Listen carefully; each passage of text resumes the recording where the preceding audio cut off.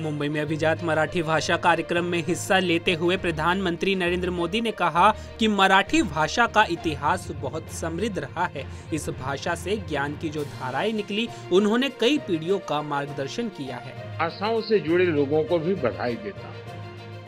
साथियों, मराठी भाषा का इतिहास बहुत समृद्ध रहा।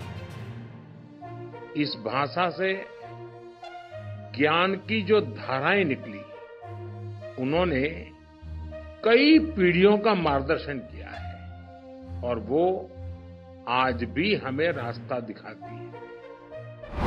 किसान नेता राकेश टिकैत ने कहा कि गन्ना, जंगली जानवर, आवारा जानवर, बिजली और स्मार्ट मीटर का मुद्दा है। गन्ना भुगतान से जुड़े कई मुद्दे हैं, इसलिए अधिकारी कल जो फसलें नष्ट हुई उनके बारे में भी बात करेंगे। देखो, हमारी डिमांड रहेगी, कल 6 अक्टूबर है, टिकैत साहब का जन्मदिन भी है, तो उनके उससे गन्ने का बड़ा इशू है। जंगली जो जानवर हैं उसका बड़ा इशू है, छुट्टा पशु का इशू रहेगा, बिजली जो स्मार्ट मीटर या दूसरे मीटर लग रहे हैं वो एक इशू रहेगा, गन्ना भुगतान का है। तो ये बहुत से मामले हैं। तो इसमें कल जो फसलें नष्ट हुई उसके बारे में अधिकारी से भी बातचीत करेंगे, और जो मीटिंग है वो हम इको गार्डन में अपनी मीटिंग वहाँ पर कर रहे हैं। यहाँ पे उस तरह के व्यवस्था नहीं है, ना शौचालयों की व्यवस्था है, ना पानी की व्यवस्था रहेगी, तो वहाँ पे ही कल मीटिंग रखेंगे। यहाँ पे जिस तरह का देखा कि क्राउड है, यहाँ पे भीड़ भाड़ रहेगी। गृह मंत्री अमित शाह के मार्च 2026 तक देश से नक्सलवाद को खत्म करने के लक्ष्य पर छत्तीसगढ़ के मुख्यमंत्री विष्णुदेव साय ने कहा कि हमें पूरा विश्वास है कि जिस प्रकार से लड़ाई हो रही है, हमें लगता है हम तय समय से पहले हम लक्ष्य को प्राप्त कर लेंगे। उन्होंने कहा कि बस्तर बहुत जल्द स्वर्ग बनने वाला है, नक्सलियों का खात्मा भी लगातार हो रहा है। क्या लगता है जो अमित शाह जी ने टारगेट दिया था मार्च 2026 को पूरा करेगा? बिल्कुल होगा। जिस तरह से लड़ाई आप लोग देख रहे हैं, इससे पूरा विश्वास है, और हमको तो लगता है कि उनने जो समय निश्चित किया उससे भी पहले ये अचीवमेंट हम लोग प्राप्त कर लेंगे।